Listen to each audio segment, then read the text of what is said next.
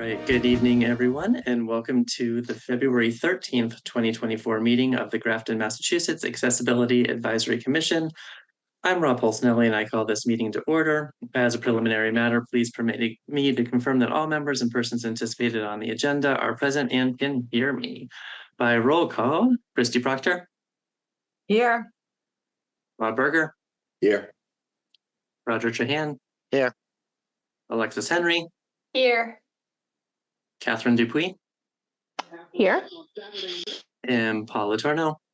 Here. Rob Polsnelli is here as well. All right, thank you everyone and welcome. We have no guests, we have no speakers. So as we just said, I'm going to abstain from the remote meeting blurb, which is just really no reason. All right. So a couple quick and easy things, and I know at least one of these is a repeat, but I wanted to actually get it into the agenda just so we could have it available in the meeting packet for other folks. And certainly if anyone here was interested in the link as well. But first part was the Omni ballot. There's information available on the town clerk's webpage, and I put the link to that up on the agenda.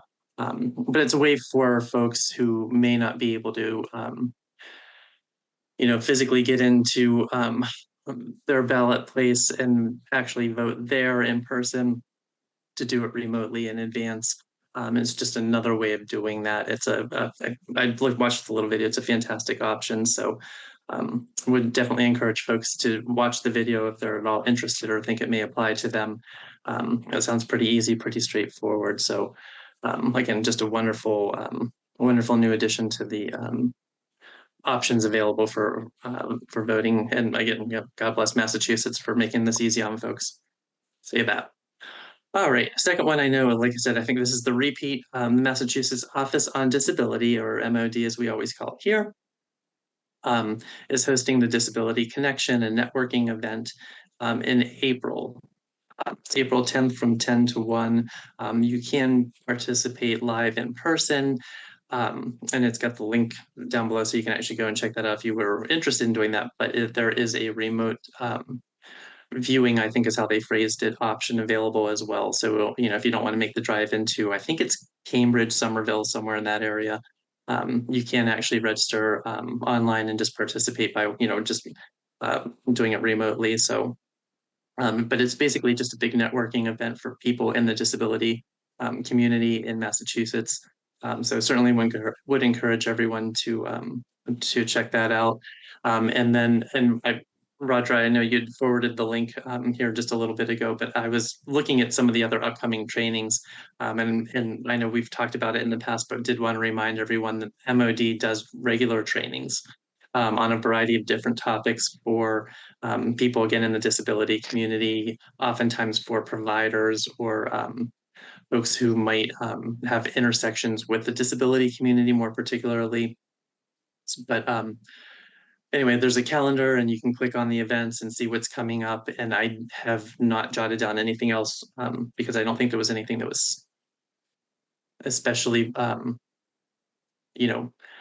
out for what we do. But again, would definitely encourage everyone to find it. It's very easy to find on the MOD homepage. You can find an upcoming events link and just go there. Also, February is Age-Related Macular Degeneration Awareness Month, sometimes referred to as AMD, and it's also Low Vision Awareness Month. Pardon me, this was established in 2008 to raise awareness about national prevalence of an impact of age-related macular degeneration, or AMD, on individuals and the rippling effect on their networks of care.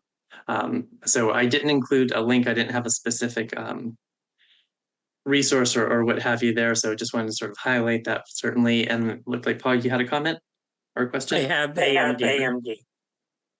What's that? So there you go. Is there anything you'd like to add about sort of just things that you have to deal with, in terms of accessibility and what that's like?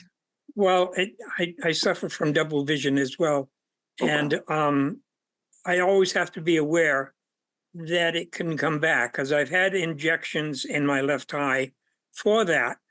And as a result, my vision in that eye is excellent, but I have to keep checking just to be sure that that Right. doesn't return. So, Absolutely. There you go. So it impacts lots of folks though, for sure. So glad to know we're on top of it, able to put the word out. And thank you very much for sharing that with everyone, Paul. you're welcome. On the any other announcements front, this is one that I actually probably should have tagged on there, and we did talk about it last month also. But Candy Lavalier, the town clerk, did send an email out about conflict of interest training. I forwarded it. I think it was earlier this week. I'm honestly not even sure right now, but just make sure everyone here did in fact get it. I know one of the members has had some trouble actually accessing it on their home computer, so just suggested reaching out to Candy as a resolution for that. I wanted to make sure everyone did see that, everyone is aware. One of the things is annual, one of them is biannual. So I think that for everyone, there's something you ought to be doing this year. Even if you did something last year, it's just which of the two. But the two links are in the website. It was actually fairly straightforward. So anyone else have any questions about that part first?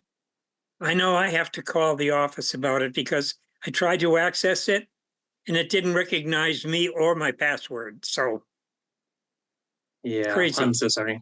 It is, and I know for what it's worth, Candy does not administer that platform. It's a state-based Yes. service, but somehow I don't know. The dots need to get connected, obviously, for you to be able to actually hope so. access it and then get credit for doing it. So Yeah. yeah, so I am sorry. It will be a fun process, I'm sure. But yeah, Candy is our connection, so a good place to start. Did anybody else have any other announcements? Oh, Mr. Chan. All right, not so much an announcement as to, I think that, and maybe, Mr. Chair, I could, or you could contact the Mass Office on Disability to change the recipient to our email address, our group email address. Okay. I think I'm the only one getting them, so I need to forward them to the rest of us through our group email.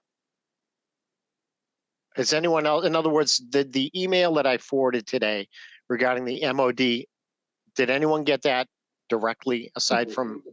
I did, Okay. but I'm subscribed, so that's you're why I got it. subscribed. Okay.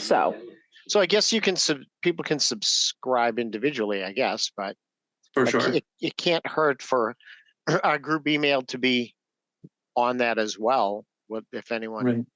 without objection, I could, or you could add that, or send a quick email to them to add our group email as a recipient. If our group, I was assuming you had actually signed up for the group email and it just wasn't disseminating, but you just have your own personal one, Roger. Is that correct? Correct. And Catherine had mentioned that she had subscribed. Yeah. I'm simply saying that we can all do it individually, but in the future, I mean, as the membership turns over, it's a way to guarantee that it gets to all of us.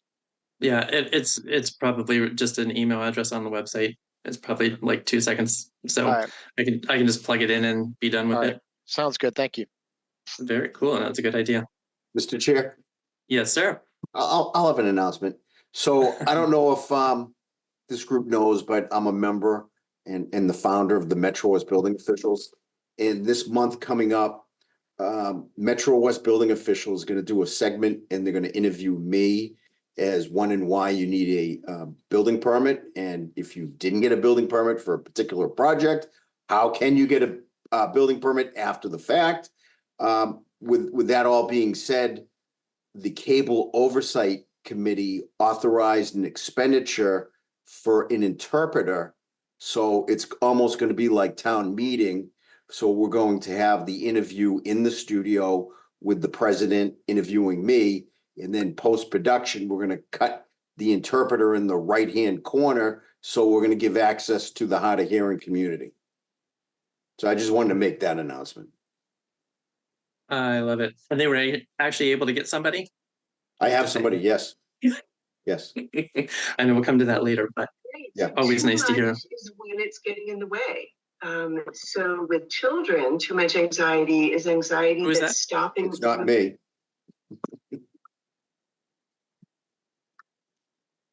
Got it. We're good. Perfect. Cool. No worries, everyone. So awesome. Thanks, Bob. That's actually really exciting. When you're recording it, is it this like coming up soon? It's coming up soon. Yeah. I have the director, I have the translator, I have the president, I have the script, because I wrote a script for it. It's probably gonna be about, I don't know, 25 minutes long with the Oh, wow. interview.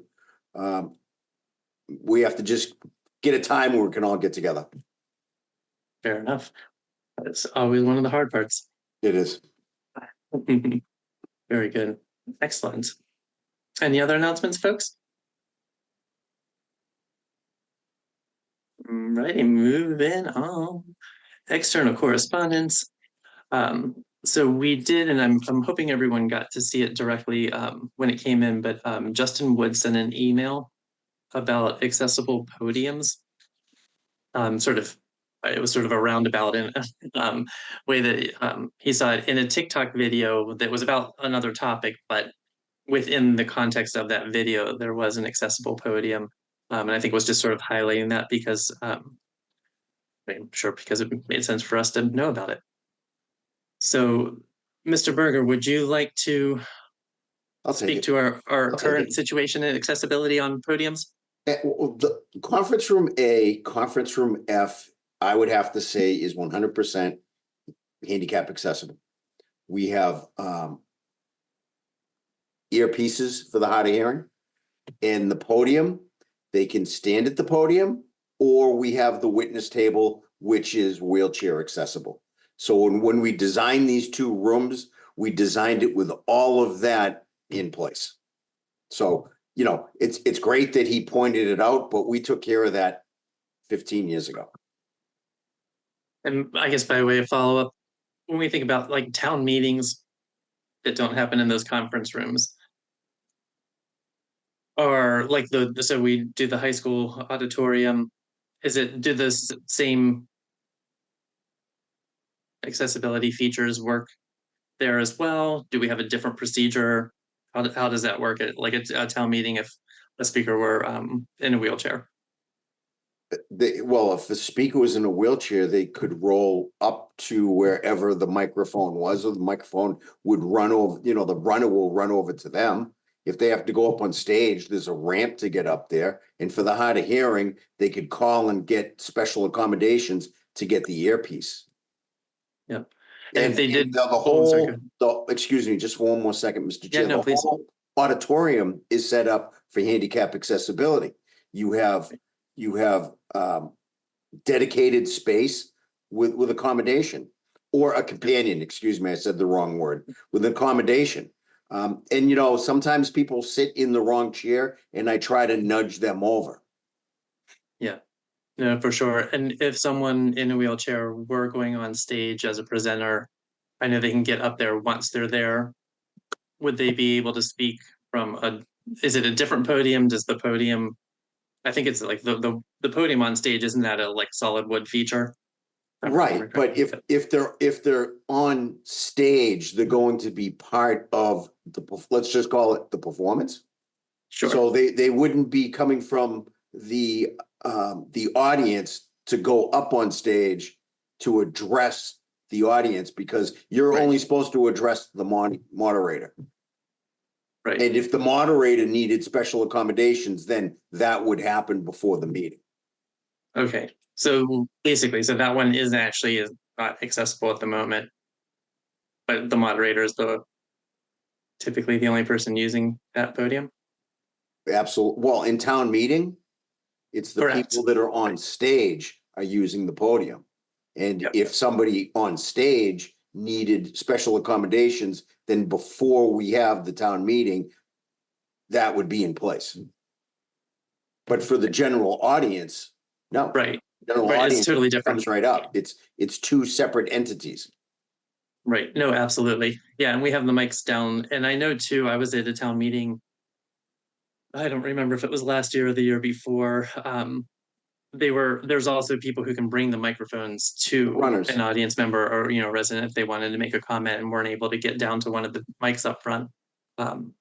So I know that's also, and then for, I guess, just sort of follow on that same, if we were to have another like outside one, God in heaven, I hope we don't, but out on the field or something like that, same kind of the same, all the same features apply, right? We had it when we had it outside. Yeah. We had special accommodations for people who were in the football field and they were in the gym, which Okay. that was the overflow. Right. So the gym was the handicap accessibility area. Was the area, right? That's right. I totally forgot about that. Yeah. So that, I mean, does that cover all the sort of public speaking locations that we at least regularly use in town? Am I forgetting something? I think that we're pretty well covered. And I know I've been rambling on it. Any other thoughts or comments on? Oh, Mr. Trahan? Yeah, regarding conference room A and F, I would also add that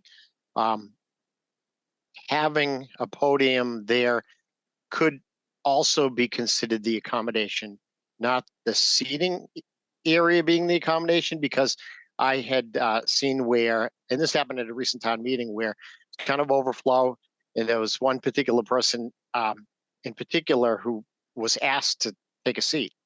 And this individual, overheard the conversation, said, my back prevents me from actually sitting is the uncomfortable situation. I really can't sit for a lengthy time.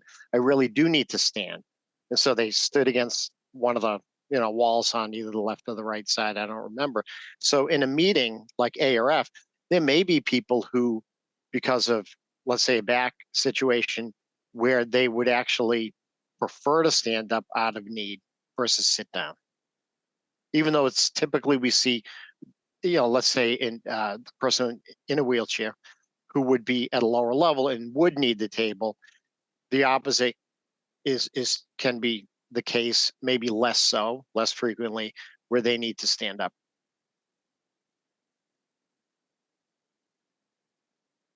Good. Any other thoughts, questions on sort of the podium access? Once going twice. Excellent. So this is another topic too. We broached, I don't remember when, I feel like it was back early in 2023, but I really might be wrong. But responding to Mr. Wood, I feel like someone to, or the man certainly deserves a response from us. We never really came to a consensus on who does that, if it was the clerk, if it's the chair, if it's handled sort of right question by question. So, or at least that's my recollection. Does anyone have a different recollection? We'll start there. So, yeah, Raj.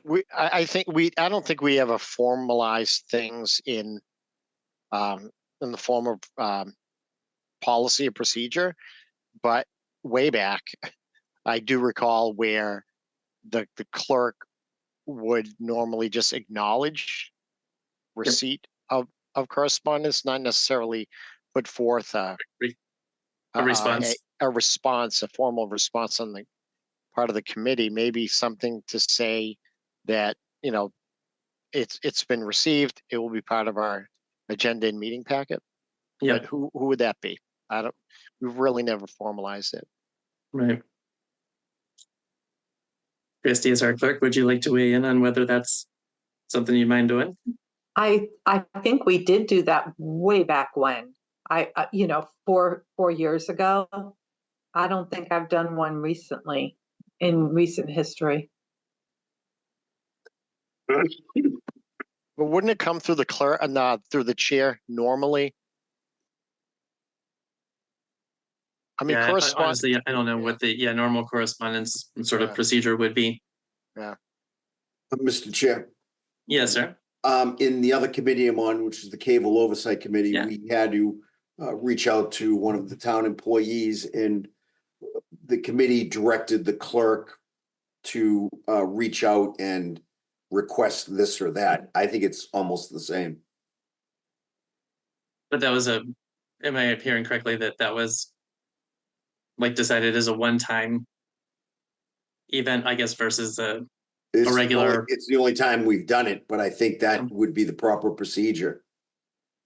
yeah. Alexis, did you? Rob, yeah, so did you, I mean, as the chair, did you kind of receive the inquiry? How did the inquiry get to us from the guy? So, yep, so he sent it to the committee. Accessibility Advisory Commission Commission. generic email address. Yeah, And it just comes, as far as I know, it comes to all of us. We don't, like, Oh, I yeah. didn't forward it to actually, I mean, you. I think yeah, I saw it too. But I'm wondering if there's a way that we could have kind of like a template for not a canned, but you know what I'm saying? A response that says, thank you for your contacting, that we have a kind of routine thing that says, Sure. thank you for contacting us. Yep. Yeah, we'll discuss Maybe it at a our blank next meeting. space, regarding blah, blah, blah. We're gonna put it on our agenda. We make it back, something that's like a, Mhm. a standardized response and, whether we rotate responsibility or something for responding to those. But that probably, I think that would be helpful. And it's probably, Agreed. 3 or 4 sentences that we could just have like a standard letter or email response to people who contact us to say, thank you, and we'll bring it to our next To the meeting, meeting. which is typically what we do. Absolutely. Yep, no, wholeheartedly agree. And I think that's sort of what Roger was getting at Yeah. earlier as well, right? It's sort of a stock a stock response that isn't, Yeah. it's not addressing the issue at hand. It's really just saying we're going to talk about it. Right. We acknowledge you got in touch with us. We, Yep. we acknowledge this is the issue. We're going to bring it to our agenda. We'll bring it to our next meeting and maybe we'll get back to you if there's, Exactly. Yeah. If there's anything, that warrants more, additional That- follow-up for sure. Exactly. But Mr. Chair, Yes, sir. it's kind of too late to do that now because we've already discussed it.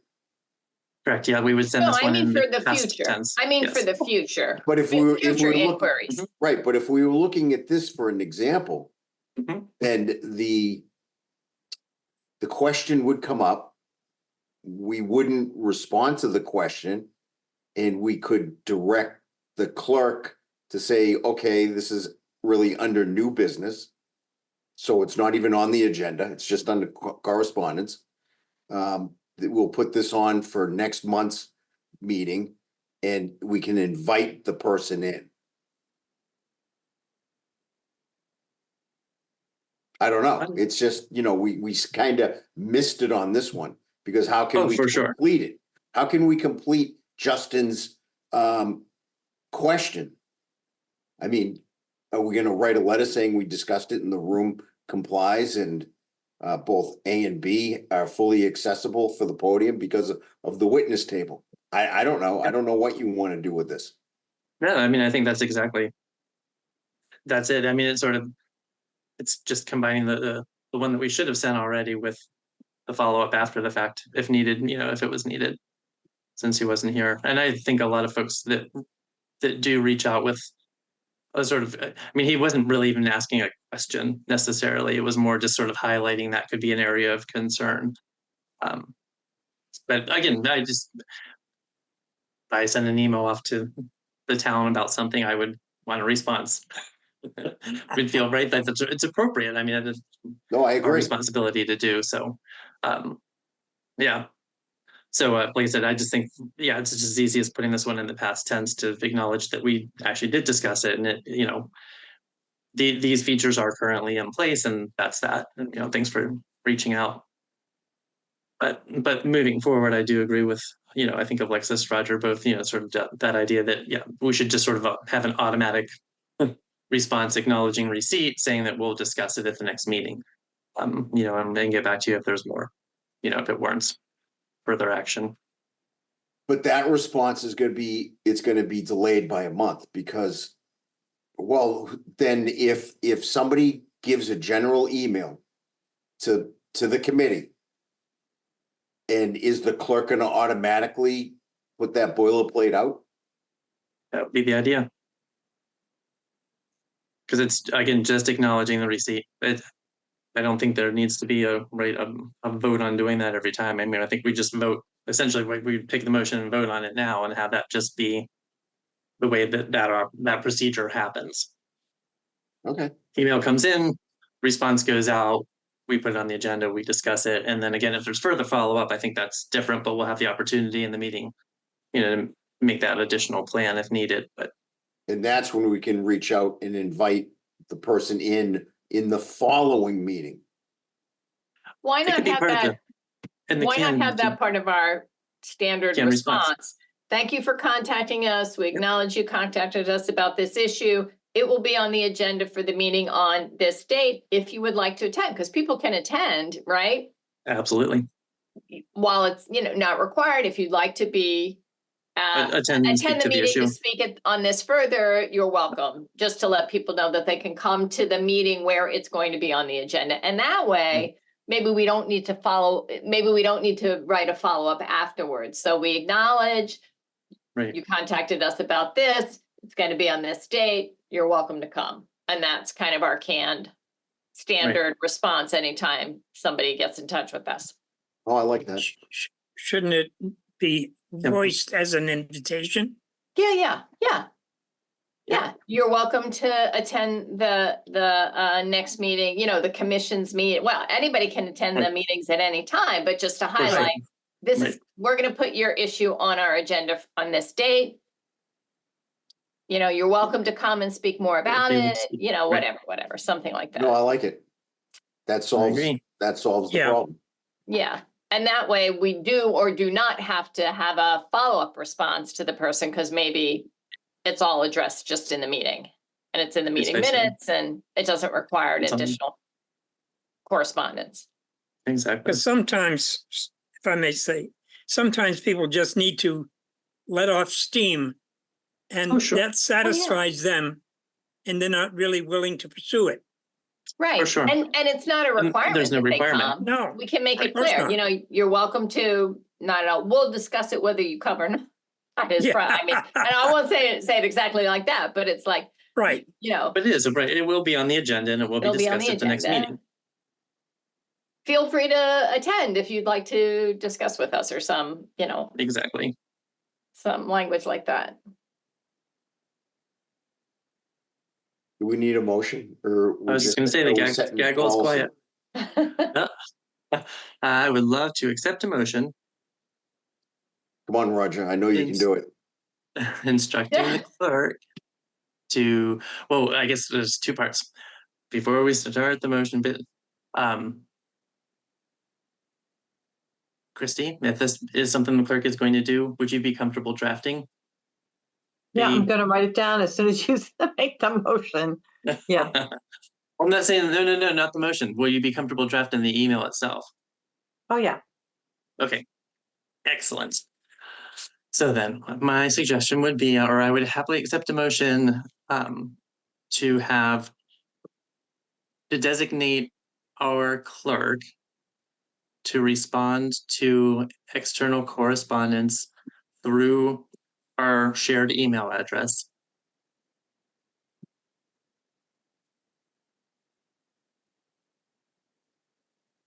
Acknowledging, I was receipt- waiting for Christy, sorry. Oh, sorry. Oh, that's okay. I thought you were To looking the for, shared Sorry, I was email I was watching address. Christy's face. Okay, go ahead. Using a or an outline of an email, including or acknowledging receipt, indicating it will be discussed at the next meeting, including the date, and inviting the sender to participate in that meeting. Am I forgetting something? Okay. Oh, Mr. Shahan. Okay, so it wouldn't actually, all right, so this particular group email, it's not, the sender isn't the email address. In other words, right? In other words, any one of us individually through our own email addresses would, and that includes the public, would use us or our group email to send things to us. So the group email is always the recipient. The group email is never the sender. In other words, no one's going to ever be on the recipient. You And can't of- send, you can't send an If- email if from the you- group. Like if you reply, if you've received it through the group, You can't reply. I think you can reply to all, but won't it be coming through your individual email or not? If you reply to, so, it No. would- oh, okay, so someone would be on the receiving end of something from our group email, from the, it's, I but think, only as a reply. In other words, you could never draft a new email. It would Correct. only have to be to sort of creating an email chain. I believe so. or That would forwarding be it, my, or- Sorry. yeah. I mean, if someone wants, they can send a test email to the group. One of us can reply to it and see what happens, see who it's from. But wouldn't the reply have to have a specific form that could apply to any questioner? Yep, that's what we were talking about a little bit ago. Yeah. So I'm just looking at his email. I just went into my email, and if we respond to Justin there you go. Wood, you can Yeah, respond to Justin Wood directly, or you can reply to all, and it would be to Justin and the Disability Commission, and we would all get it. But Right. I guess the question though is who does it list as the sender in that specific instance? Like if you, That's a good question. I assume it was the Disability Commission. yeah, I think that's it though, is that we're all sort of assuming that's what it is. but we Yeah, don't I don't know. actually I guess we know. would have to test it. Yeah, Um, just easy enough to do. yeah. Boy, I opened up a can of worms. Yes. No, it's good. Let's Yes. get this sorted because your point earlier, Bob, that was correct. We missed the opportunity. We should have responded to Mr. Wood, 2 weeks ago or whenever he sent that.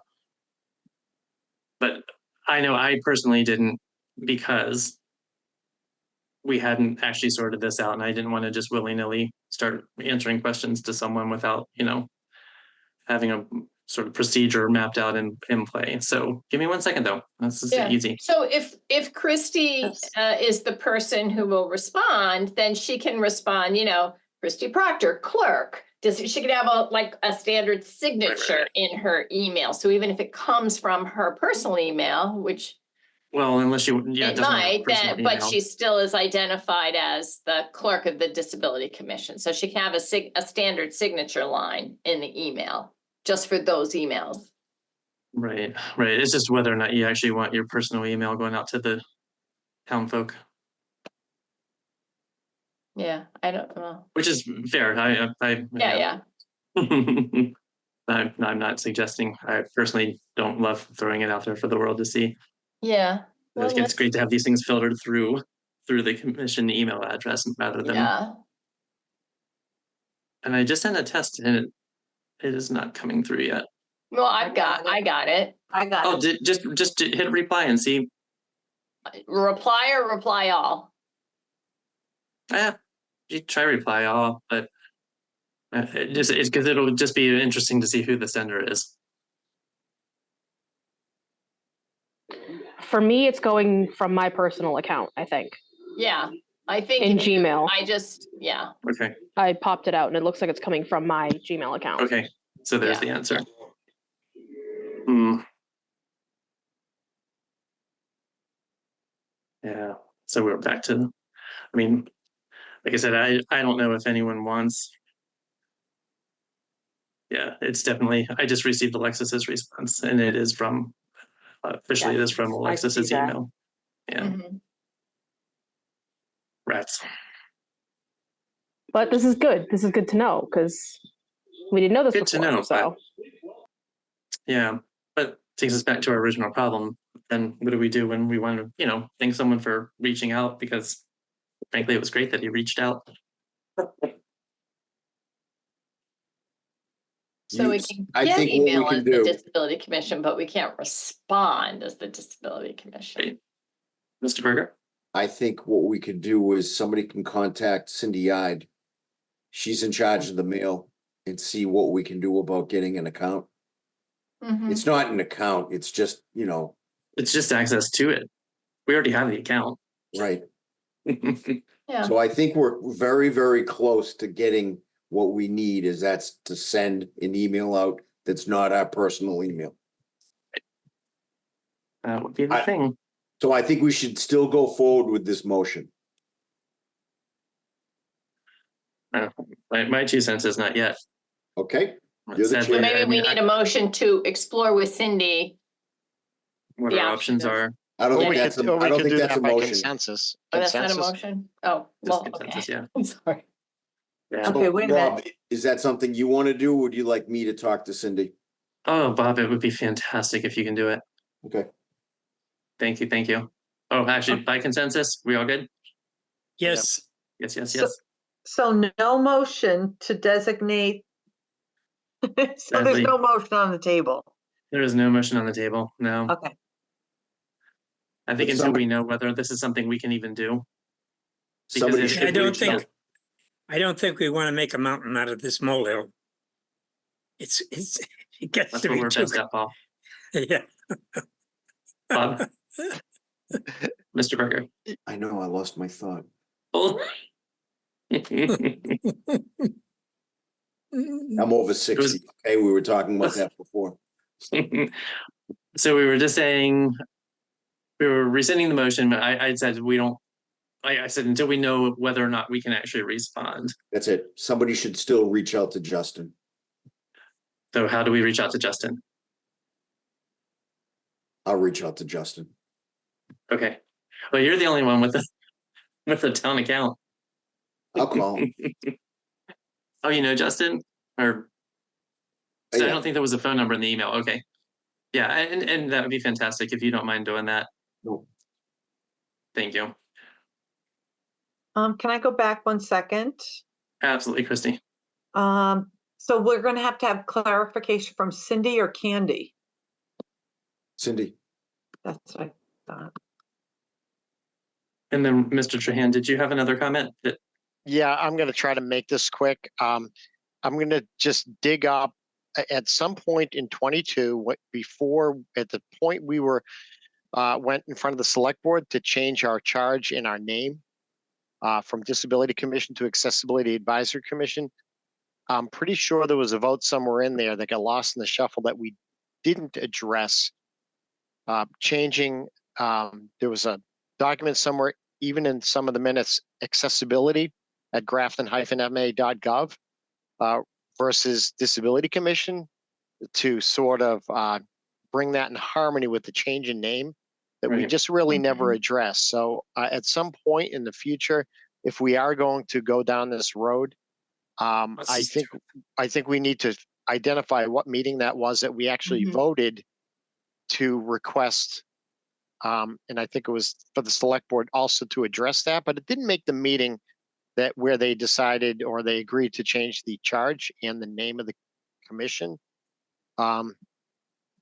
So this is resurrecting sort of old business to just revisit that vote maybe, where we actually voted to request that the select board approve a name change of that email address from Disability Commission ... to accessibility at grafton-ma.gov. do you think that's something that actually has to go through the select board? I don't think so. Okay. But I don't want Because- to, I don't think we need to get into a big discussion tonight. I know we have a lot of agenda items in front of us, but I just wasn't going to, since the topic was brought up about the email address, we actually did agree as a committee with a vote, however it's achieved, to request, we were on board with a name change of that group email that didn't say disability. It was, I think it was just accessibility at grafton-ma.gov. I don't think it talked about a commission or advisory commission. It was the word accessibility was the body of it. So I don't know what meeting that was, but I could research that because it was part of the vote. Right, but if it's been that long, I mean, I think to your point, Yeah. right, we probably ought to just get a new motion and move on with it instead of Right. losing the time going back and to Sure. go forward again. Yeah, that's fine. And seriously, we can just make this easy. I'll take a motion for me to reach out, or for the chair to reach out. I'll say to the TA's office, because I think they manage all that, unless anyone has a major disagreement. About changing the email address to accessibility@grafton-ma.gov. So moved. Do we have a second? A second. Excellent. By vote, Christy Proctor. Oh, sorry, any discussion? Sorry. Any further discussion? Okay, all right. Sorry, Mr. Chan. Just making sure we spell accessibility. It's all I's, accessibility, IBILITY. Sometimes accessibility, sometimes people throw an A in there.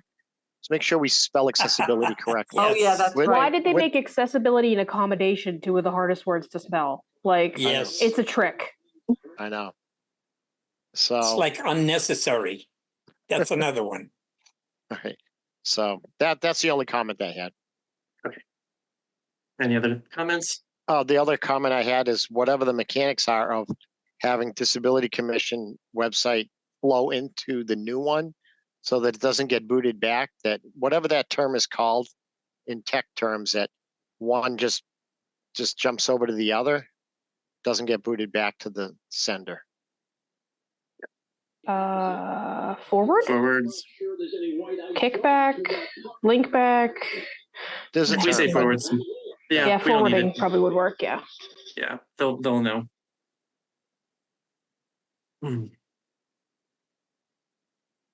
All right. Hearing no Redirect. further discussion by roll call. Christy Proctor, Aye. Bob Berger, Bob Berger, aye. Roger Trahan, Aye. Alexis Henry, I, Catherine Dupuis, Aye. Paula Torno, Aye. and Rob Polsnelli, aye. That I declare the motion carried 1, 2, 3, 4, 5, 6, 7 to nothing. Yay. Okay, glad that was easy. And Bob, thank you for following up with Dustin. My pleasure. All right, meeting minutes. So, Christy, I'm sorry, you're probably still getting all the vote in. No, I'm fine. I do have to let everyone know, Rob already knows this. I'm just on a laptop. I don't have all my screens up like I usually do. So let me share the screen. Yeah. And not the 213. Hold on. I have to minimize you. So we'll go first to the 9th. And the 9th, I already saw had some no, maybe it wasn't. Yeah, it was. Yeah, it was the 9th. Catherine, thank you again for taking the meeting minute Absolutely. notes. You were very Um, welcome. I my had a question- double screen that night, so that's how I was able to do it so easily. All right, before Oh we dig yeah, in, it my makes friends. it's huge. Well, yeah, and so now that they're up, though, before we dig in, I will happily take a motion to approve our meeting minutes from January 9th. That's when you have up, Christy. Is that correct? Yes. So moved.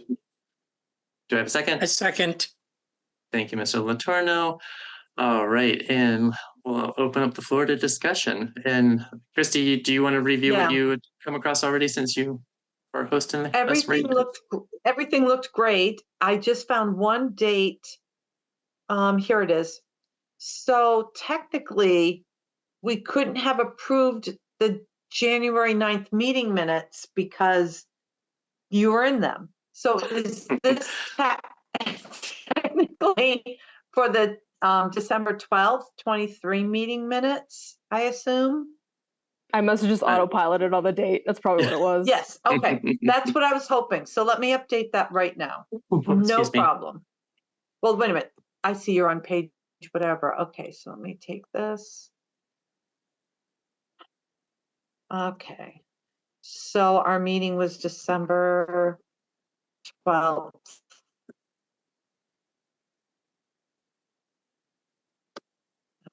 Okay, and I'll just change it down here. Thank you for everybody for attending this meeting.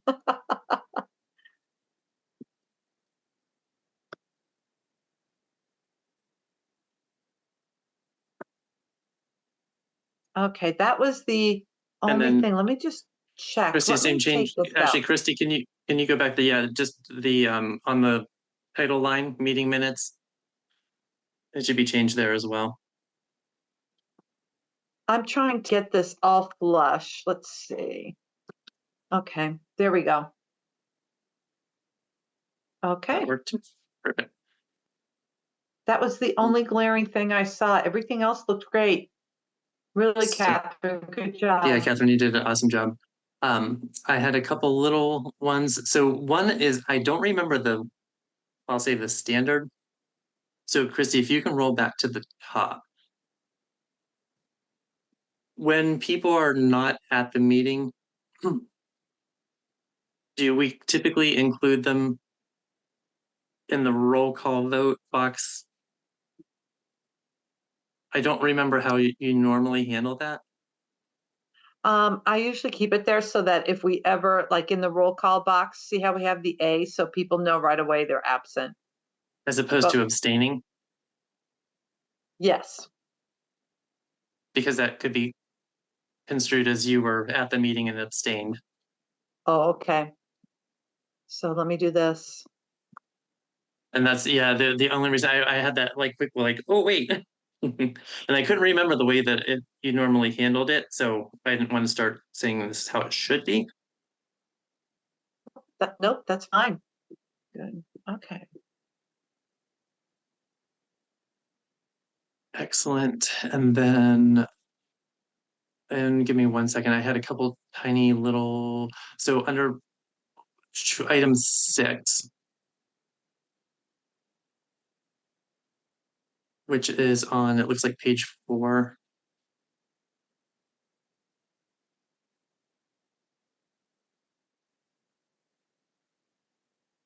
And this is Rob The- Polsinelli? It is Rob P, yes.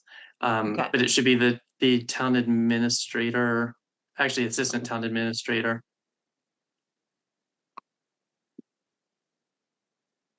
Subtle difference, but it wasn't Candy's office.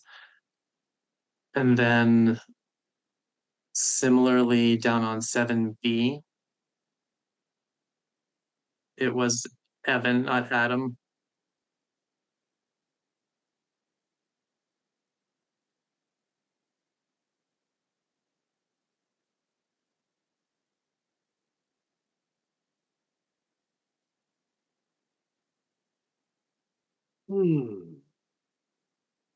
And then one last one on that same page on item C, just for clarification.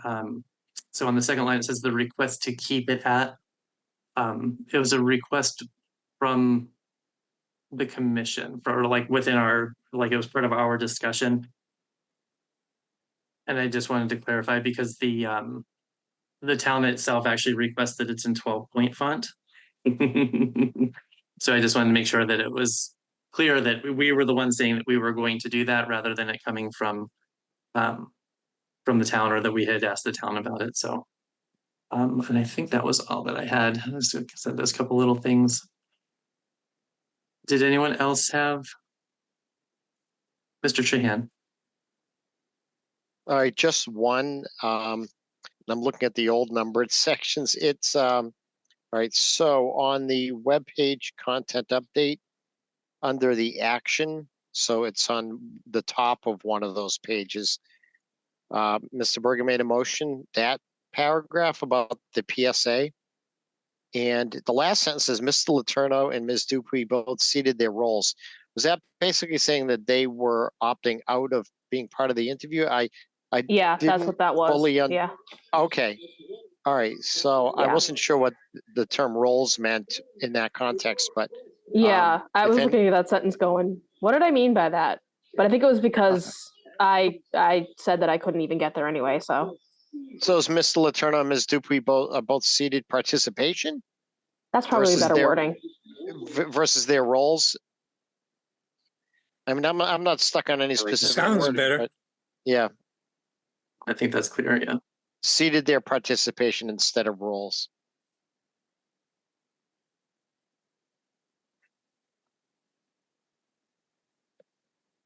Awesome minutes, by the way. Absolutely, Catherine. I really appreciate you doing that The, so the much. template definitely helped.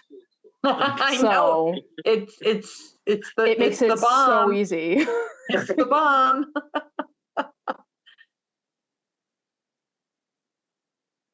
All right, gang. Any other thoughts, comments on the January 9th notes or minutes? Excuse me. Nope. All right. With that, then we'll take a roll call. Christy Proctor, I, Bob Berger, Bob Burger, aye. Roger Trahan, Trahan, I. Alexis Henry, Aye. Catherine Dupuis, Aye. Paul Letourneau, Aye. Paul Snelly, aye. With that, I declare the motion carried 7-0. Those minutes are approved. And Christine, no rush, obviously, but when you are ready. okay, I just We can need hit the- someone to make a I was motion. saying, can we have a motion for, sorry, I'll accept a motion to approve the draft minutes, or sorry, the meeting minutes from the January, is it 23rd, 2024 meeting? So Correct. moved. Do we have a second? Aye. I'll turn in a second. And You with guys that, are is there awesome. You guys any are awesome with this. Okay, here it discussion? comes. So I will say, This, oh, go ahead. no, this is an easy pull up. Here we go. While it's coming up. So the one question I have is actually, I know we actually need to do something. I'm wondering if I put in more detail than we needed because we did not actually have a quorum. I mean, I don't want to get overly whatever here. But technically speaking, we did not have a quorum. We had 3 members in attendance for the meeting. So then you shouldn't need minutes. Well, so this is that weird thing that we had before. We actually need minutes, even if it says, if the only thing the thing says is that we didn't have a quorum. Right, Roger? Because that was the feedback. We have to have basically the minutes to close the loop because we had an agenda. Correct. In other words, the agenda was provisional, so I'm wondering Right. if you're opening up the floor to discussion, Yes. members of the AAC, Ron Paulsonelli and Alexis Henry, attended the Grafton Select Board meeting. And then something that says, And Mr. Berger. oh yeah, you were there, Mr. Berger? Oh, yeah, I was the guest speaker. Oh, that's right. Of course. All right. So yeah, okay. And so the 3 of you, Yep. so And then it's clear that we didn't have a quorum. I think that's it. yeah, And just leave it at that. so right, but I think the open meeting law also requires us to list who wasn't in attendance. So maybe, no quorum occurred. AAC members not in attendance were. In other words, to close that loop. Well, we have never done that before. No, I know. And the thing is, it's my understanding that the open meeting law requires minutes to include who's present and who's absent among the full membership. Well, okay. Easy enough to do. Sorry, Christy. No, that's fine. So basically somewhere saying, a quorum wasn't met.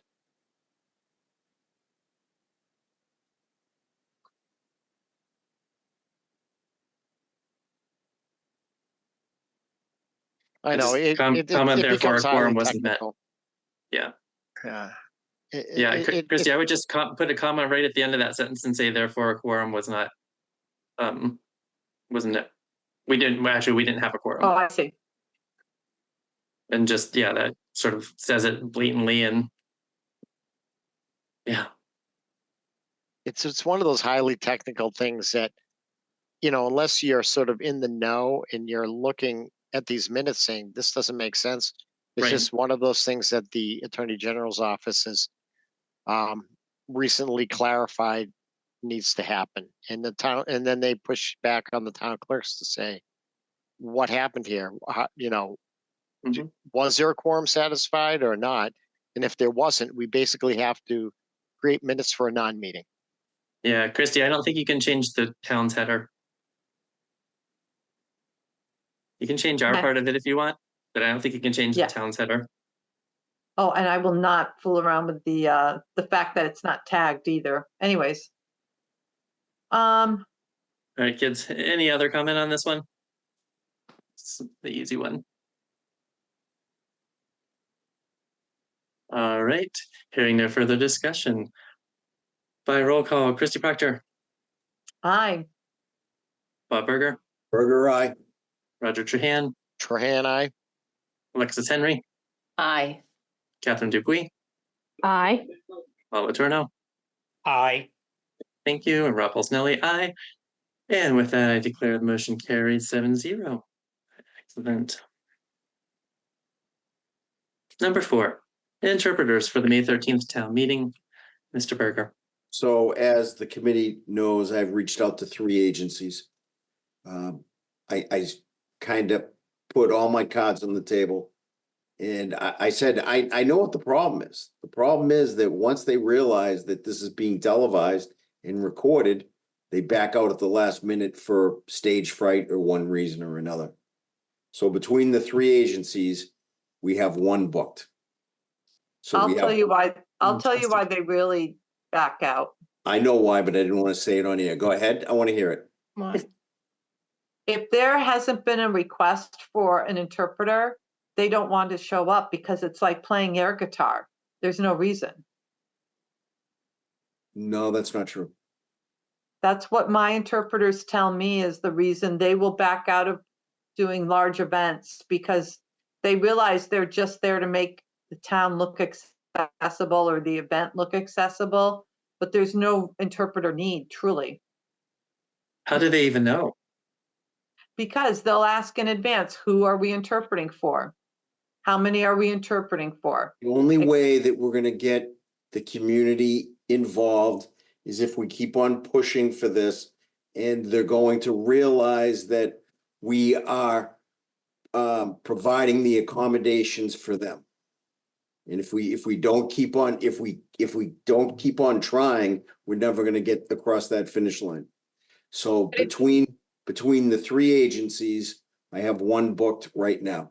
Yeah, And but I gotta I think the issue leave. that Christy raises is one that, you know, we've done lots of large conferences where we've had interpreters, but it very much is, they want to know how many people they're interpreting for, where they're sitting, they want to be able to meet. So it's, you know, when you don't have pre-registration where people have, you know, requested interpreters, I mean, we've had a similar experience that Christy's talking about, so, I understand. yeah. The people that I'm talking to, they understand what I'm trying to do. So yeah, we may not get the audience out there on this one, but if we keep on getting interpreters to these town meetings and these other events, then the deaf community, the hard of hearing community will come in to participate. At least that's what I'm hoping for. So like I said, we have 1 already booked, and between the other 3 agencies, we're looking for that 1 more, and then we're done. We have our 2. Fantastic, Mr. Yeah. Letourneau. Is there a way to inform the non-hearing community of Grafton that we will have interpreters? Well, Sometimes if they don't think there's an interpreter, they're not going to come. Mr. Chair, may I respond? Yo, please. My fear is we bring the word out and then they back out at the last minute. That's been happening the past 2 years. So I don't think it's a wise idea to start the announcements, because they can back out on the 11th hour. Well, what But they- if we booked but aren't- a but aren't they- remote interpreter? But aren't they backing out because they don't think there's an audience for them? No. So we have a disagreement from one of you said that they back out because they were afraid that there's no one to listen to them. And when I suggested that we try to incorporate the non-hearing community into the meeting, someone says that's not the important part. or at least what it sounds like to me. Well, the interpreters are getting paid. I understand. Okay, so they're getting paid for this service. Yes. And it's, I think it goes deeper than who's out in the audience. Well, What do you mean? I, So how do we fix it? that's easy to think that, but what has also been happening in the field is that there's been a real big move to remote interpreting. Mhm. People will do it remotely. People won't have to leave their home. You just have to sign in, sign out. You use the Zoom feature. I mean, there's a lot of different ways it's being done. And I will agree that nighttime events are harder to book. One-time standalone nighttime events are the hardest to book. So So how do how we would that, cure it? just curious Go ahead, for, sorry. So a town meeting, it's a live meeting. And the remote interpreter is, do people who need the interpreter log in on Zoom and get the remote interpreter through Zoom, or they can be present? I just, logistically, I'm interested in What how does that that look works. like? Do we have a big screen in the room where, in the town meeting, where town meeting is taking place, and you see the remote interpreter on the screen? How does it work logistically? Question, is the town meeting recorded? Of course. Yes. If it's recorded, couldn't an interpreter also view it and interpret so that they both combine together? So Christy, go ahead, because I know these are interrelated No, they questions. could. They definitely could. And for my staff who are deaf, a lot of times they're following along and they have the screen in front of them for the town meeting or the event, but on the side, they've got their iPhone going with the interpreter. And the interpreter gives their number to the person who needs the accessibility, and they just phone in and they just use, most people who are deaf have an iPhone and they just FaceTime each other. And you can have like 50 people watching that same stream, etc. So to answer Alexis's question though, just for clarity then, so there's nobody up on a big screen. It's members in the audience or those who are viewing at home would be able. Yep. And that would They work can for both. But The other, just sort of related to this, I know I brought it up quite a while ago, is CART, because that's another way of making the meeting more accessible. And if people are present at town meeting, you can't assume everybody who has hearing problems to be able to use ASL. That not everybody who is deaf or hard of hearing uses ASL, and CART is another way of making the meeting accessible, and it definitely can be done remotely. It might be an easier thing to schedule. I don't know, Christy, what you think that, No, I agree. We do CART for our big event, podium Yeah. events. It's kind of an easier thing, I would think, to schedule and confirm, is having a CART reporter doing it. And then that does make the meeting accessible to people who don't use ASL. If you're losing your hearing at 60, you probably you don't speak it, you don't use ASL, but you probably can't hear what's going on in the meeting.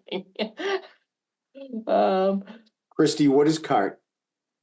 So I use CART.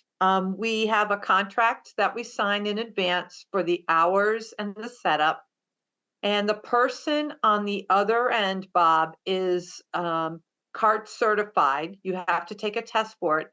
It's akin to transcription services like a court reporter, but it's not the same after that. But it's akin to that. And they have their setup, they have their keyboard, they have their headphones, and wherever they are, you have to make sure your cables and your lines or your remote access and all the things that are needed connect to the sound system for whatever the event is using.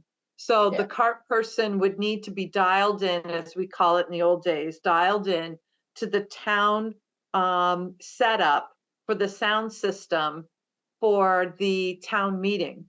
So what they're going to do is they're going to capture everything that's said, including applause, and music or anything that might be on the periphery that's not technically vocalized, but it's still a part of what everyone is hearing.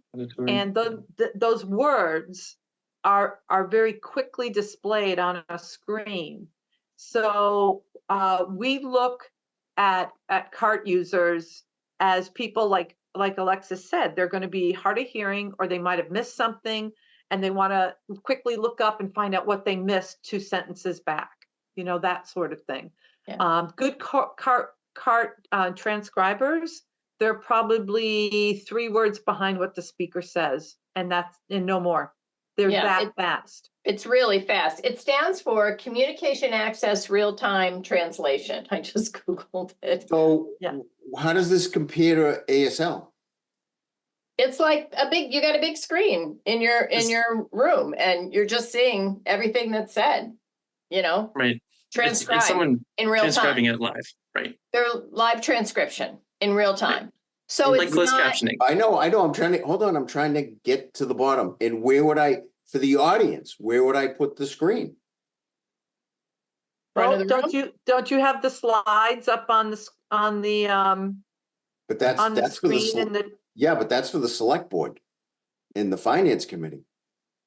No, and then underneath, so it would override and sit on top of all of those slides. So it would be placed at the bottom or placed at the top. And it would come Closed. across as the event occurs. Similar to closed caption.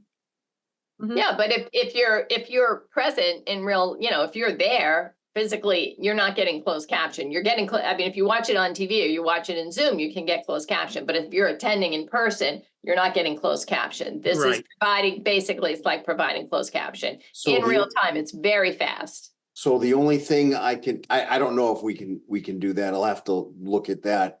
But if we had somebody in the audience that wanted to use ASL to ask the question, CART couldn't do that. No, but if I can someone only go from, one way, right? right, but if someone with ASL couldn't verbalize, and what they usually, what I have found my students usually do is they'll text it, they'll write it down as a text and show you their screen. Yeah, but I'm talking about town meeting. So I don't know, maybe this is something that we'll try to look at for next year. There's no way we can pull this off for this year. It's because it's right around the corner right now. It's May 13th. Actually, you still have a window, but I will tell you that with graduation ceremonies occurring at roughly the same time, you could secure a remote CART person. You would just, they could be interpreting from New Hampshire for all we know. I don't think I have the technology to get it on the screen as fast as you want, because I'd have to talk to the town administrator, the select Yeah. board, and we'd have to change a lot of technical things to do what you're talking about is getting on the screen. I don't even know how to do that right now. So that's a hurdle that I can't get over right now. Christy, do you know how they provide the like, is it over the internet? Is it like, do you know how the printed part actually comes back? That makes sense. I don't know if I'm asking that well. but, like what Well, do you format, want I a guess. transcription at the end? Is that No, what no, you're no, talking- no. When it's live, is it being delivered via internet? Is it being delivered via a third-party service? It can be what- both. It can be both. You could have everything hardwired. So my CART person goes behind the scenes in the DCU. DCU has it all set up. They have a room for the CART person. I mean, they're used to doing it, Yeah, right? but not the person. But they're They hardwired input the in. information. How does it get from their computer to whatever screen it's being shown on? I guess is what I'm looking to understand. Yeah, so if it's not plugged in hardwired, then it would be through the satellite. It would be through Wi-Fi. So you would have something like a Zoom or something then as Yep. the recipient. Mhm. And I think I hear what you're saying, Bob, in terms of timing, but for full accessibility for deaf and hard of hearing, you can't assume ASL is the only solution. Because there are people losing their hearing, who may be deaf or who may be very hard of hearing, who do not, use ASL. Oh, I understand. That's why we Yeah, yeah. have, that's So- why we're using closed caption, but not in town hall. Right, it's basically providing closed caption in town hall, in the live meeting. Right. So mean- Bob, do you have actually, sorry, go ahead, Christy. actually what you could do, which is pretty simple, all you have to do is pull up the slides through Zoom. So you set up your Zoom channel for the event, you play your slides through Zoom, and at the bottom of the screen, everything's captioned. Yeah. Is it big enough? Would you see it big? But yeah, but it would be AI captioned. It wouldn't be real time, Yeah, like a captionist.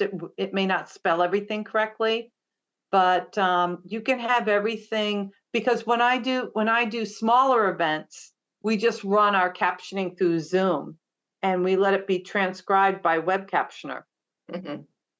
and that's free. Our server's free too. We do closed captioning through our server. Well, it's not free. It cost us, but it's not that much. All right, I think we've exhausted item 4. I think so One too. last question, Mr. Berger, have you ever reached out to the Mass Commission for the Deaf and Hard of Hearing about either ASL or CART services?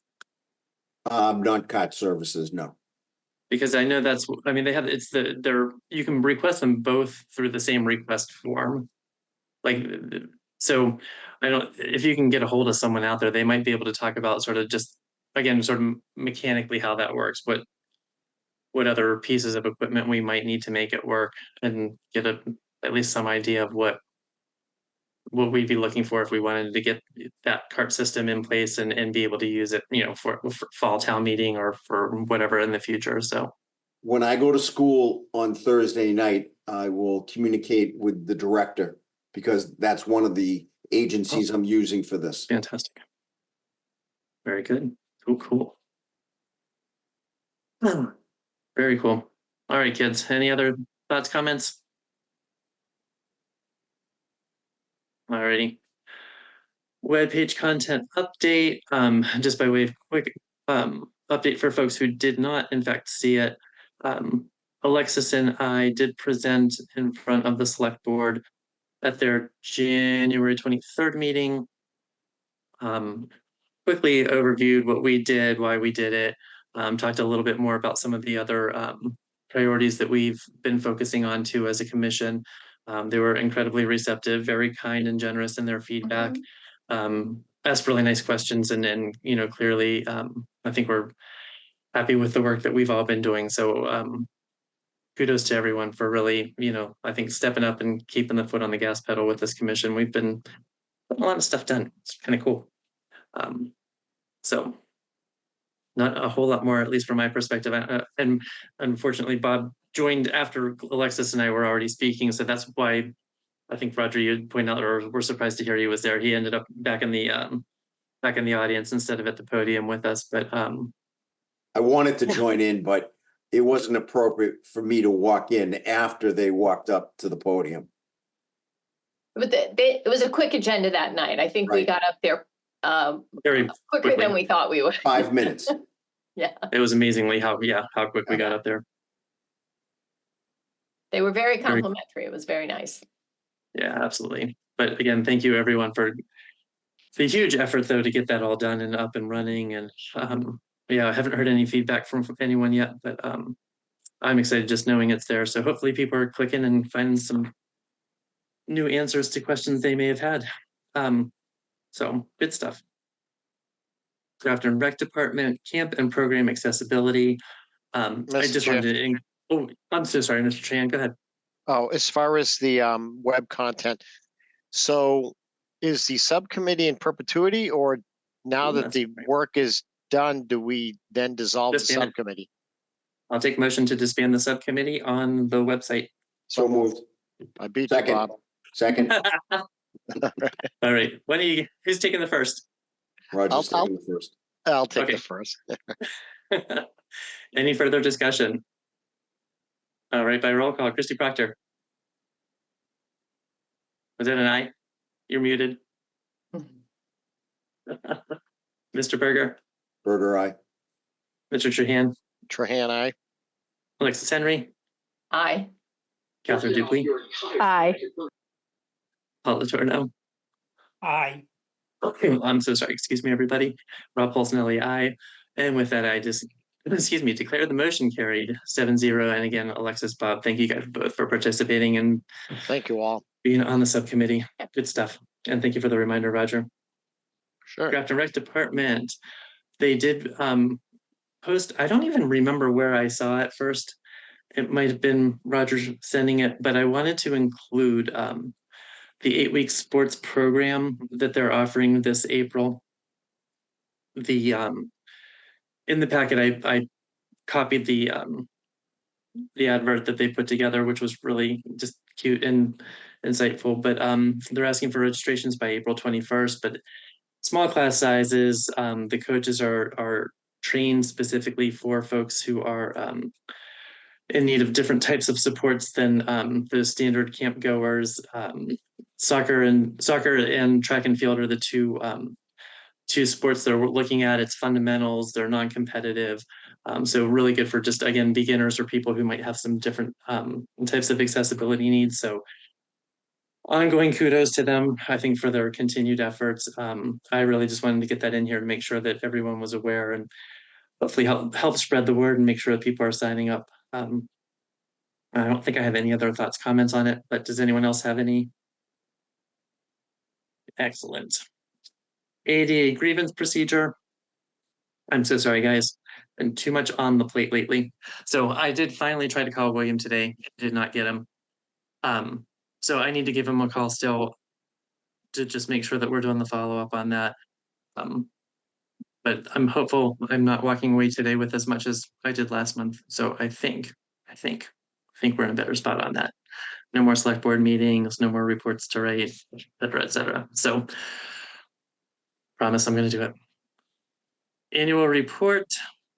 There was a copy in the packet. I'm going to preface with a big, huge thank you to Roger, because really we work from your model. So God bless you and thank you for that. Thank you. But also especially to Alexis this year for helping. Definitely took the, I think, lion's share of the report, which made it way easier for me. So I actually do have it open. So I'm going to open it up and hopefully share the right screen. To share, and because I can never tell because I have two screens up, can you guys confirm? Can you see the Sure, we can see it. report? Perfect. All right. So starting out, it is still in 16-point font, ironically enough, with the exception of the title, which is only in 14-point font. Was that for an intended reason, Roger? No, I think that may have been by accident. I think that 14 probably would have been large enough, but I think it's been said that 16 is certainly unquestionably large enough. Oh, I know why, because 16 brought it to a second line. That's why. Yeah. Yeah. 14 kept it on one line. Yeah. Now that you doing Got it. that. And so Yep. I don't think keeping the title at 14 is fatal. Yep. Hold on, Roger. Before we go any further, someone want to make a motion, or I would happily accept a motion to approve the 2023 report of the Accessibility Advisory Commission? So moved. Excellent. Do we have a Seconded. second? Oh, thank you for the second, sir. And sorry. Back to discussion. Mr. Trahan. No. That was the only thing. I mean, Okay. it's not fatal that it's at 14 for the title. So I'd be okay with the title being one line and then everything else being 16.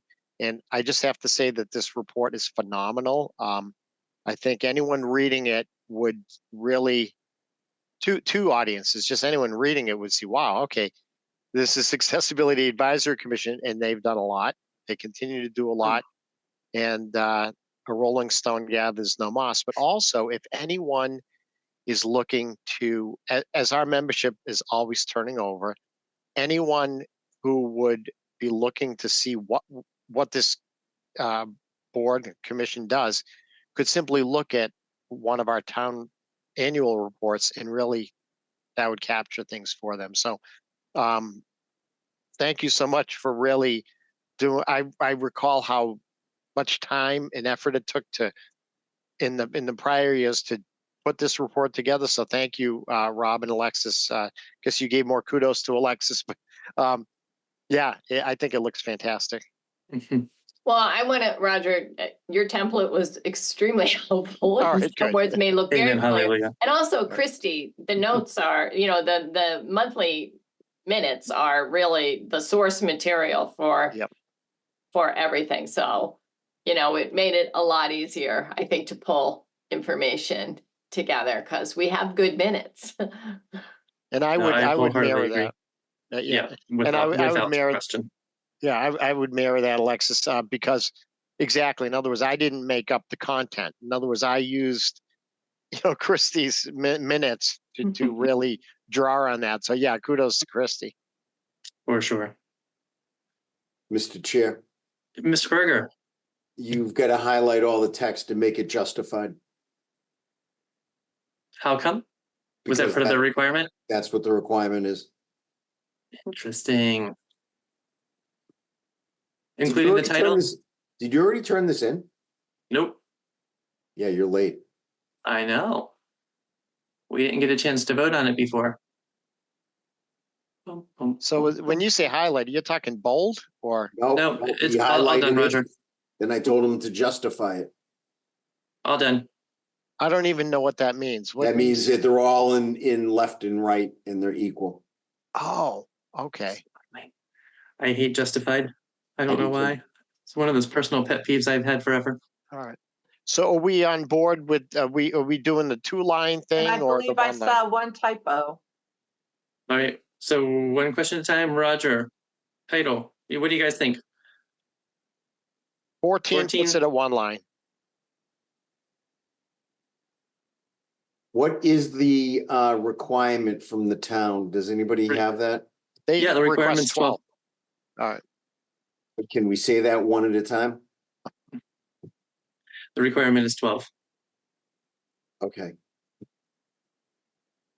Even the header? I would imagine it would apply to everything. I don't think they specified which parts of the text were different, font sizes. Christy? Okay, 2 things. One is in the first paragraph, National Night Out Wait, should be We highlighted. still have, I guess, can we just come to an agreement on the font for the title line? 14, 16. Oh, I'm sorry. That's okay. I just want to finish that up before we move on. I think 14 is fine. You just Any have it at 1 objections? line. No, I don't have any. Oh, that's weird. That's justified. Okay, cool. All right, 14 it is. Christy, I'm so sorry. Go ahead. Yeah, just two things quickly. Yeah. The National Night Out is an event and should be italicized. And then close to the end, I saw Jack Kelly's name. I was just texting with Lisa today, it caught my eye. I spelled Kelly without the EY. I believe it's just Kelly. Where are we at? I'm so sorry. All the way to the end where we thank Amber Oh. Diffender and Oh, there we go. Jack and then, I see Oh. my name misspelled. Oh, no. Yeah, So with an you said- IE. Kelly is just Y? Yes, there it is. No, Bill no, Detoma, no. Bob Detoma. No, it's E. It isn't E? Are you I think positive? well, I think so. I have their information in my phone, Okay, so I can look at it. I'm looking at it real quick. I'm looking at Lisa's. It's E. I can bet you a coffee it's E. It is an E. You're right, Bob. You want me to Okay. copy? And then my name is an IE. Where Up are you at? above, I think Okay. 2 pages ago with the pause for people. Oh, hold on. Night out. Christine. Yeah. Yep. Grazie. And that's it. Was that the misspelling that you Right were there. talking about? Yes, right at the top. You just went by it. It's at the very top. Stop. I already did it. Okay, good. Thank All you. right. No, of course. Was that the only, was there a different typo or was that what you were talking about? That was it. Excellent. Anybody else? All right. I love it. Ooh. Oh, let me hit the save button here real quick before I start doing the vote. I'm gonna upload my content. Dude, save. All right. All right, so by roll call, Christy Proctor, Aye. Bob Berger, Burger, aye. Roger Trahan, Trahan, I. Alexis Henry, Aye. Catherine Dupuis, Aye. Paul Latorno, Aye. and Rob Polsinelli. Aye. With that, I declare the motion carries 7-0, and I will submit this tonight, folks. Yay. Nice to have that done. And again, thank you, everyone. Team effort for sure. Because not only just the help with the writing it and having the great notes to go from, but all the good stuff that we did this year, there was a lot of good stuff to say. So thank you, thank you. Some quick old business, municipal ADA improvement grant. I sadly got an email. I think actually Bob and I both got the email from William sometime earlier last month, letting us know that we did not receive the grant to have the counters lowered. So we tried, definitely worth the effort. I would suggest doing it again next year for whatever that's worth. But we did finally get an answer back from the state. The Grafton Common, including exterior parking lot pavement, is just a placeholder. I don't have any new updates or new information on that. Any other old business that I am not recalling and forgot to put in there?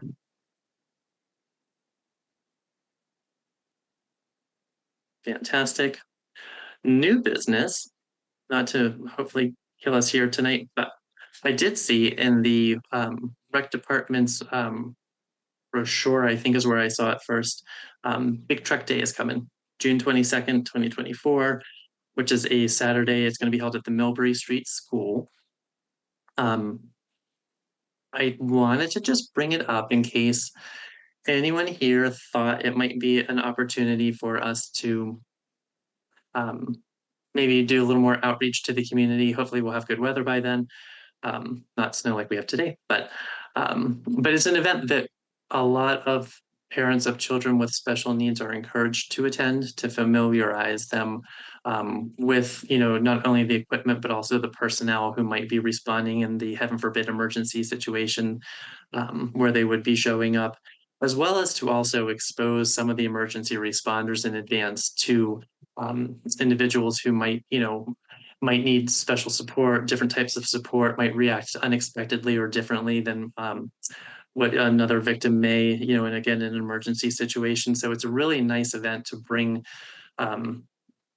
those two populations together. And I know a lot of schools and other types of like in-home providers and that sort of thing will really encourage parents to bring kids with different learning needs to Big Truck Days. So I didn't know if, like I said, people thought it might be a forum where we might be able to, again, sort of just raise a little more awareness about us, what we do. We could certainly open it up for, getting more survey information or things like that too, if we wanted to put a little more effort into it. So I thought I'd just sort of throw that out there because it's, I think, hopefully early enough, being February, that we would be able to actually coordinate and plan and get it together by June if we started now. So I'll shut up and love to hear what you guys have to think. Mr. Trahan? Oh, Rob, yeah. Yeah, I was muted, Mr. Chair.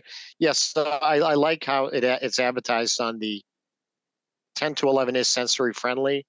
So Yeah, thank you for pointing that out. Sure.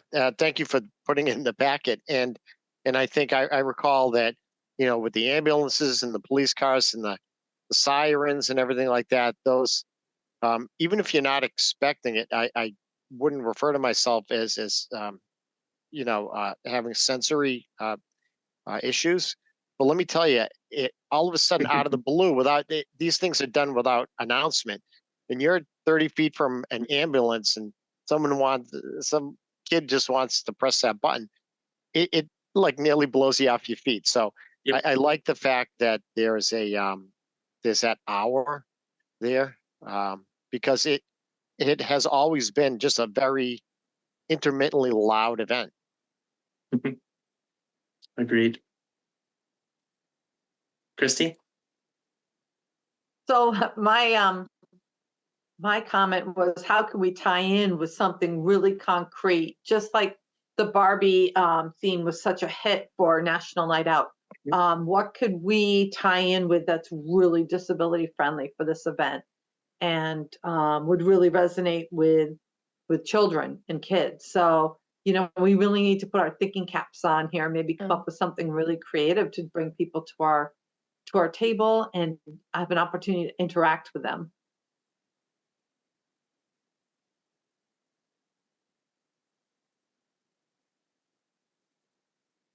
Anybody Sure. else? Oh, Mr. Yeah. Berger? How about the box of puppies again? Service dogs.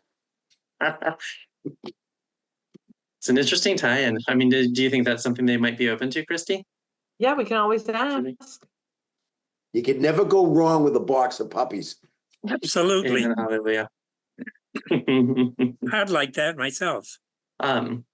So one thing also, just again, sort of being as far out as we are right now, we also, and Roger, you're so good at reminding us of this. We have, I think, still $700 in our little AAC account, wherever that is, that we could put to piece of swag, some sort of, whether fidgets or, I know someone, I forget, it was someone from like the DA's office or something had done the seatbelt alerter that they were giving out at the National Night Out. I have no idea. I'm sure those are a little bit more pricey, but anyway, that is something, we could easily put together something, have it ordered, delivered, and ready to go for that event if we were to do it, in the next couple months. So that's something else to think about for sure. Mr. Chair? I'll let you go, Paul. I'm thinking that kids love puppies and they like popcorn. I don't see why. Is it possible to have a popcorn vendor there just to give away little bags of popcorn for the kids? I hear crickets. Yeah. I don't know. So, I mean, I'm guessing there's going to be power out there in some way, shape, or form. And maybe, I guess, vending machine, purchasing bags, purchasing popcorn, oil. Unless someone knows of a popcorn vendor that we could try to recruit for free. I don't know of any. There Blue used to Rings allows be you years to ago. rent the setup. Years ago, there was one in front of Spags on Route 20. He used to sell little 10-cent bags of popcorn. That was years ago when I was a mere child. Well, food brings people to tables. That is for sure. It might be that sort of thing Mr. out there Sheehan? somewhere, All right, so That's right. I think I froze up. Sorry, folks. all right, so I was thinking, in this may be duplication. So, does the Council on Aging showcase their accessible van? And if not, help coordinate that, and have a display of proper use and respect for access aisles and accessible spaces, and advertising that's $100 fine, and that sort of thing.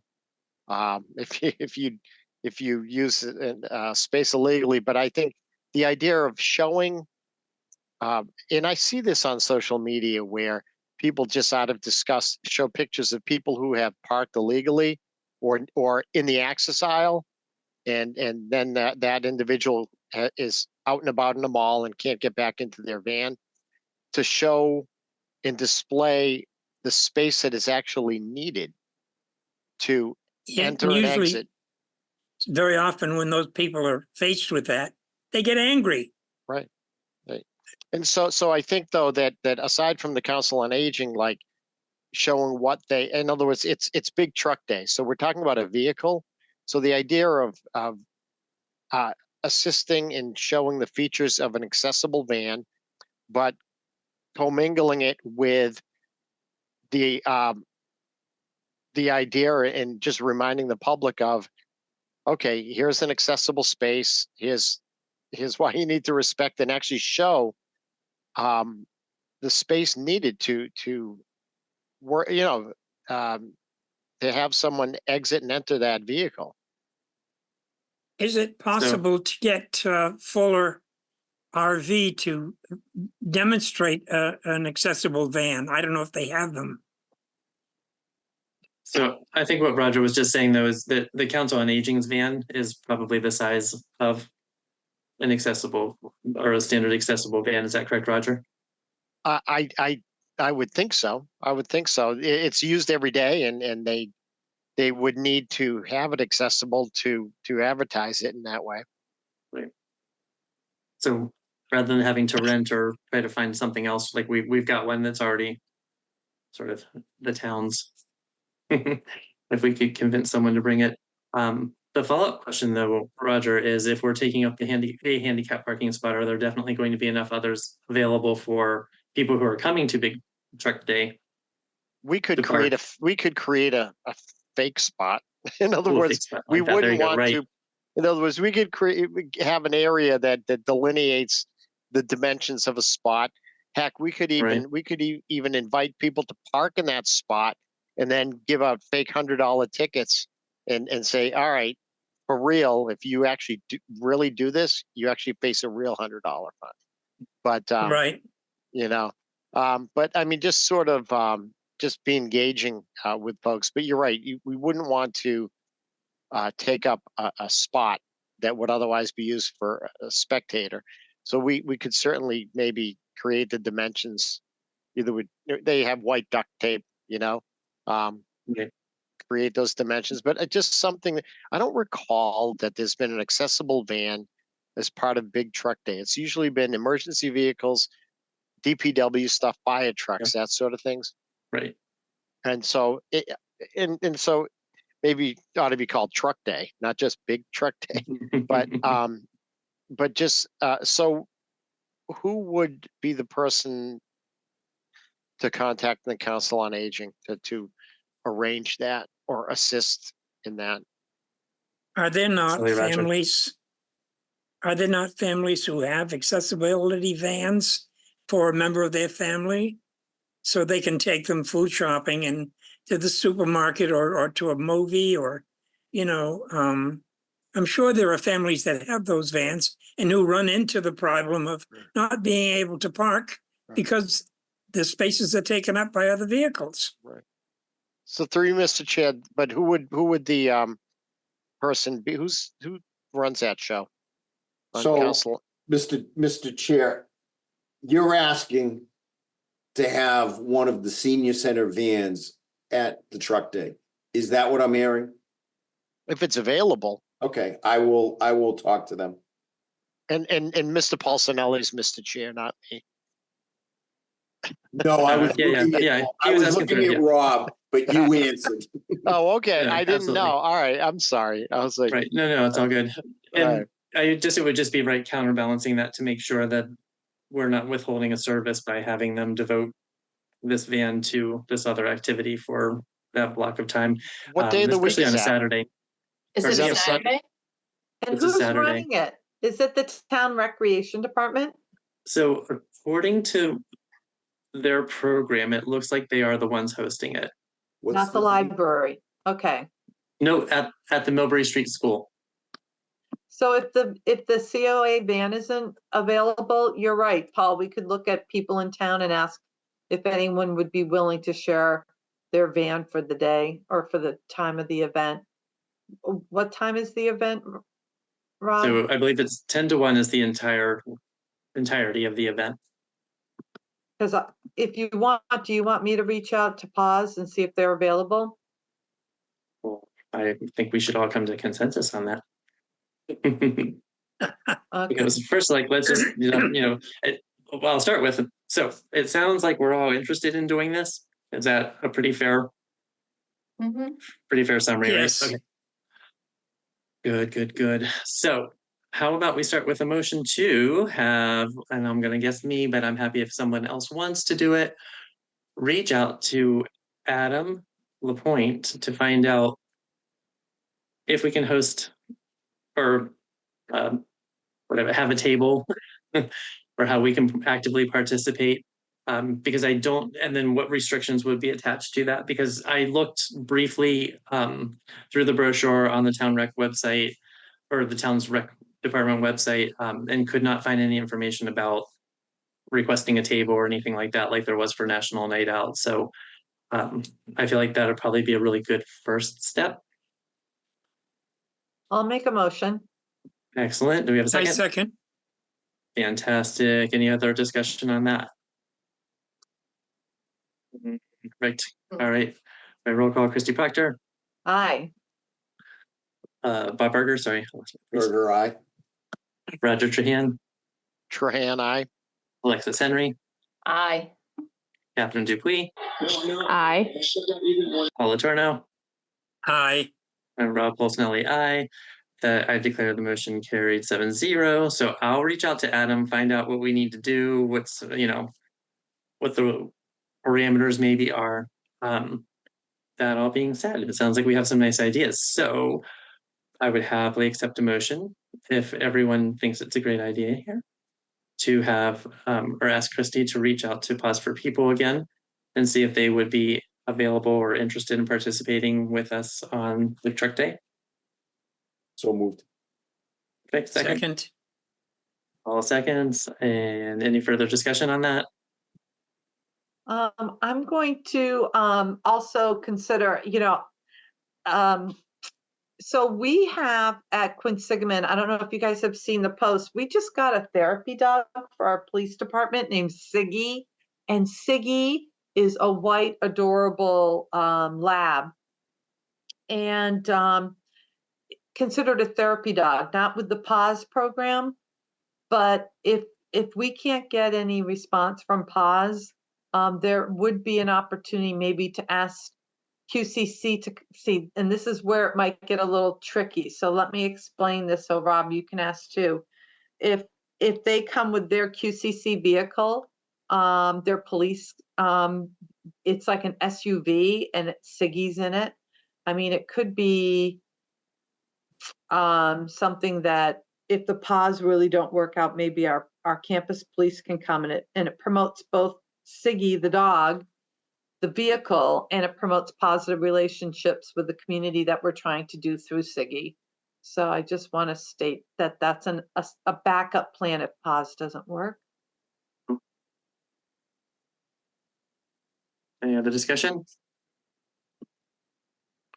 All right, then on the motion to have Christy reach out to Pause for People by roll call, Christy Proctor, Aye.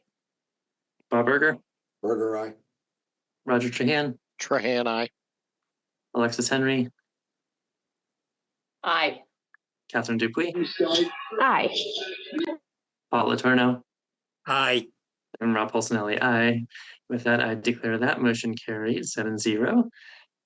And on the last one, should we have or I would happily accept a motion to have Mr. Berger reach out to whoever is in charge over there at the Council on Aging to see if that's something to see if they would be open to lending us a van or supplying a van for Big Truck Day to use to highlight how handicap accessible parking works. So moved. Second. Perfecto. Any further discussion on that? Had away, kids. All right. By roll call, Christy Proctor, Aye. Bob Berger, Burger eye. Roger Trahan, Trahan, I. Alexis Henry, Aye.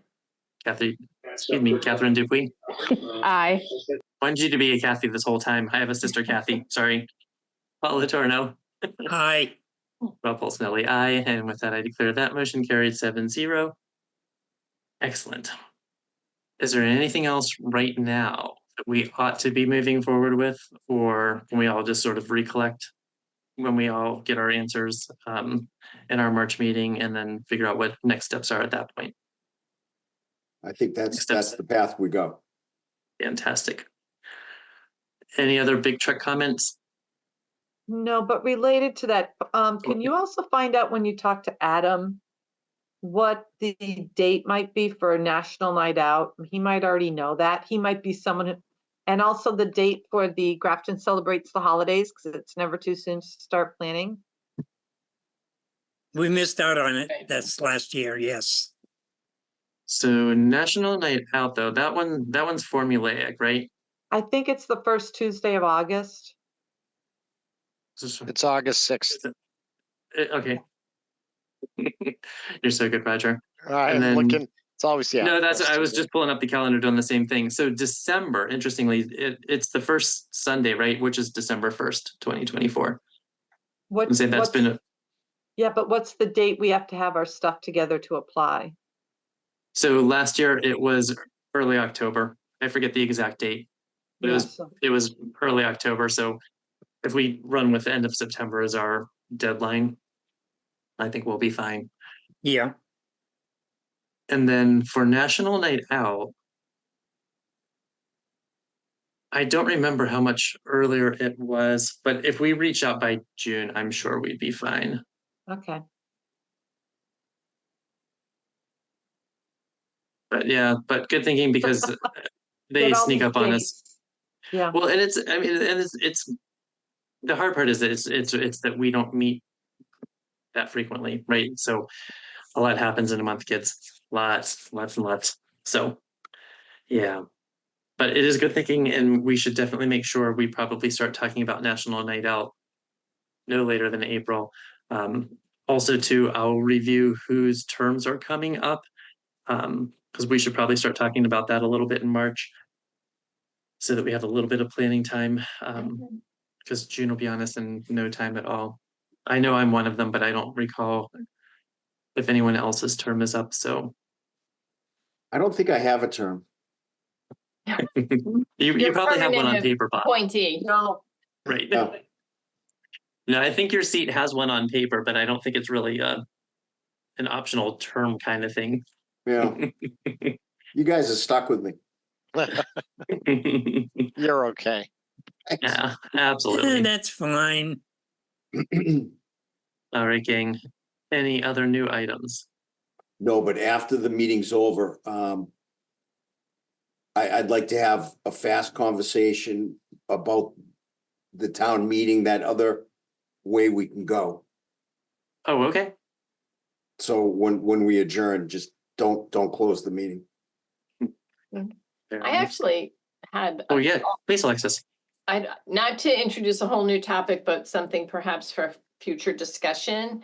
And I thought about it when we were talking about, MOD's networking event or other disability sort of events. If there's a way of highlighting them on our page or on the town page, sort of like how you like flying in, like what's happening this month, employment, October is, National Employment of People with Disabilities Month, something that's very current and, people aren't necessarily going to hear about, on our, it's not the kind of thing that we include on our website page, but if there's a way of sort of pushing out to the community some, Yeah.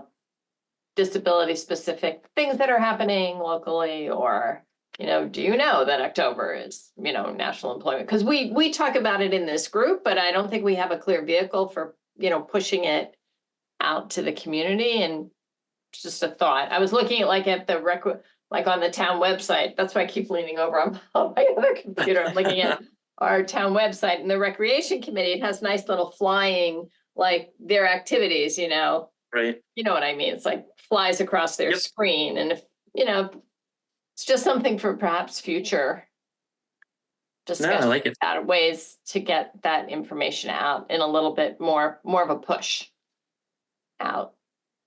No, agreed. And not to really, definitely not to open a can of worms tonight. The whole like social media thing too. I don't know what the rules are about a commission like ours having a Facebook page or Instagram account or whatever.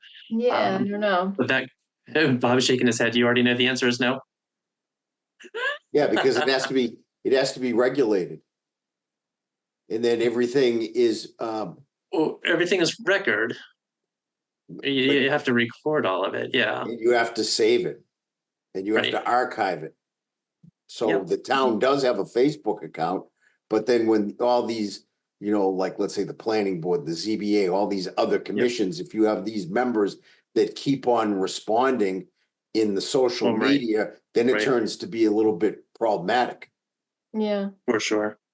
Yeah, for sure.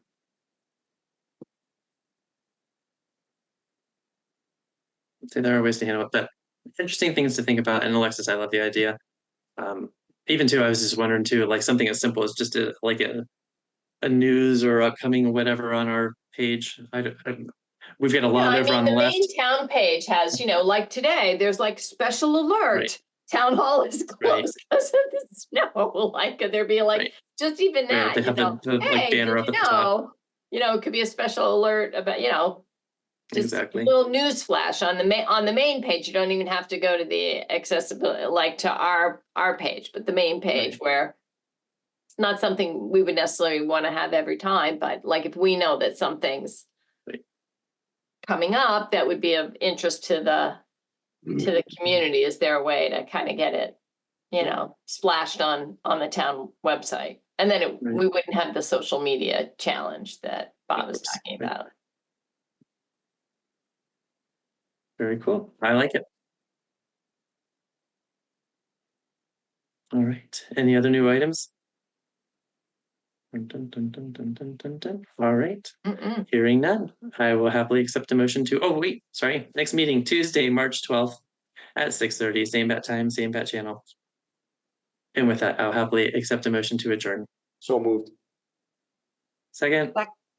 Okay. Christie's, no, you got the second. I was asking for one. Okay. Perfect.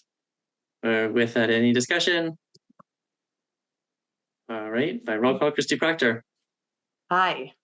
Bob Berger, Burger eye. Roger Trahan, Trahan, I. Alexis Henry, Aye. Catherine Dupuy, Aye. Paolo Torno, Aye. Rob Paulsonelli, aye. With that, I declare the motion carried.